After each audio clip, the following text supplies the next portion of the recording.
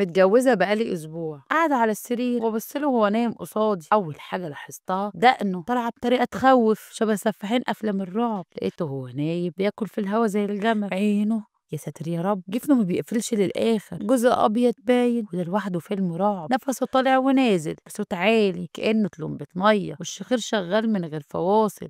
بصيت على رجله لقيت صباع الإبهام شكله غريب كبير وبايظ مش شبه باقي الصوابع، وكأنه جاي من كوكب تاني. بعد شوية صحي قعد على السرير وبدأ يتمطع ويتاوب بصوت مرعب، وبدأ يهرش في شعره ودقنه بطريقة تخض.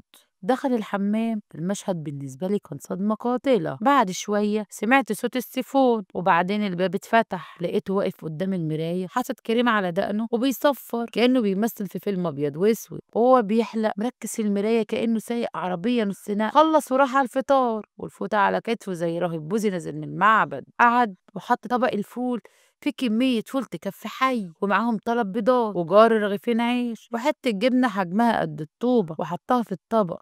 وبكل بساطة قال عندك بصل. ساعتها حسيت بخبطة في دماغي، هو ده الراجل اللي في الخطوبة ما كانش بياكل وعايش على التأمل في عيني دلوقتي بيتعامل مع اللقمة كأنها عملية عسكرية، والبيضة بيبص لها بحنية قبل ما يفترسها؟ الراجل ده محتاج متعهد تغذية مش زوجة. مسك البصلة وكسرها بإيده كأنه بينه وبينها طار، والبيضة خبطها في راسه علشان يقشرها. وانا قاعده جنبه حاسه ان فيلم رعب. رجعت شغلي بعد شهر العسل، ولما سالوني عن الجواز هزيت راسي وابتسمت. صاحبتي جريت عليا وسالت بخوف هو بيشرب مخدرات، بيلعب قمار، اخد دهبك، بيشرب خمر قبل ما ينام؟ قلت لها لا مفيش الكلام ده، بس اللي حصل أسوأ. الراجل طلع فظ وغليظ مفيهوش رومانسية خالص. بصيت له وقالت بهدوء يا بنتي الأفلام الرومانسية بوظت دماغك. قلت لها بس خطيبي كان رومانسي فعلا. قالت لي طبيعي، الناس بتشوفنا ساعة في اليوم فبنتجمل. الخطوبة تمثيل راقي، بعد الجواز بنرمي الأقنعة. لو كان بينام بالبدلة أو ما بياكلش أو ماشي طول اليوم ماسك وردة كنت قلت لك تاخديه على دكتور نفسي. سألتها برعب طب أنا في أسبوعين بس شفت كل ده، إيه اللي لسه مستنيني؟ ابتسمت وقالت لسه بدري، ممكن يطلع سفاح هارب او من اكلي لحوم البشر او هتلر او مصاص دماء او يطلع راجل عادي باين وشه الحقيقي. مش هتعرفي غير بعد سنة على الاقل. سيبيه يعلن عن نفسه ويطلع المستخبي.